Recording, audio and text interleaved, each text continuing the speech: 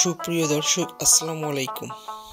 গ্রামীণ গরুর হাট, ঐতিহ্য, অর্থনীতি ও মানুষের জীবনের গল্প। আজ আমরা গিয়েছি এক ঐতিহ্যবাহী গ্রামীণ গরুর হাটে। এটি শুধু একটি বাজার নয়, বরং গ্রাম বাংলার অর্থনৈতিক চক্রের একটি গুরুত্বপূর্ণ অংশ। এখানে বিক্রি হয় ভেড়া, গরু, ছাগল, মহিষ সহ বিভিন্ন ধরনের গবাদি পশু। এই হাট শুধু ক্রেতা বিক্রেতাদের মেলবন্ধন নয়, বরং এটি একটি ঐতিহ্যের ধারক। হাটটি অবস্থিত কুষ্টিয়া জেলায়। বৃহত্তর গবাদি পশুর হাট, যেটিকে আলামপুর বালিয়াফড়া হাট বলে ডাকে। হাটটি বসে সপ্তাহের প্রতি শনিবারে সকালে। এটি স্থানীয়ভাবে খুবই জনপ্রিয়।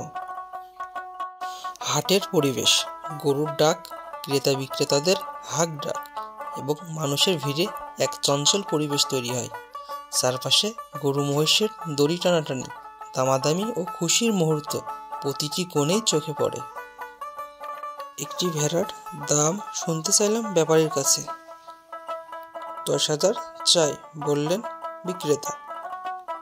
6,000 দিলে নেবেন, প্রশ্ন ক্রেতার। এমন দরদাম চলছে পুরো হাট জুড়ে। গ্রামীণ গরুর হাট শুধু একটি বাজার নয়, এটি গ্রাম বাংলার ঐতিহ্য, অর্থনীতি ও মানুষের জীবনের অবিচ্ছেদ্য অংশ। এটি একটি প্রাণবন্ত চিত্র, যা আমাদের শেকড়ের সঙ্গে সংযোগ স্থাপন করা সহায়ক। হাটের এক কোণে ছোট্ট একটি দোকানে মেলে বিখ্যাত পাউরুটি মিষ্টি। প্রথম কামড়েই যেন মুখে মিষ্টি ঝর্ণার মতো ছড়িয়ে পড়ল। দোকানি বললেন, এটা আমাদের গ্রামেই তৈরি, একবার খেলে আবার আসবেন। জিলাপির দোকানের সামনে দাঁড়ালেই চোখে পড়ে ফুটন্ত তেলের কড়াইয়ের গোল করে জিলাপি পাকানোর দৃশ্য।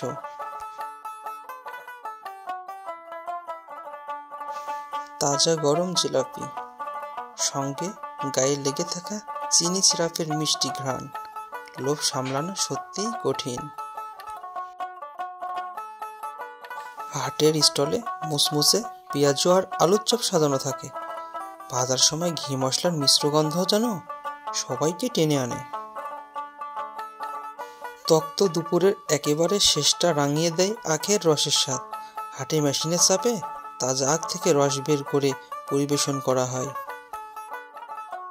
নতুন নতুন ভিডিও পেতে স্বপ্নের দিগন্ত ফেসবুক পেজ ও ইউটিউব চ্যানেল ফলো এবং সাবস্ক্রাইব দিয়ে লাইক, কমেন্ট, শেয়ার করে আমাদের সঙ্গে থাকুন।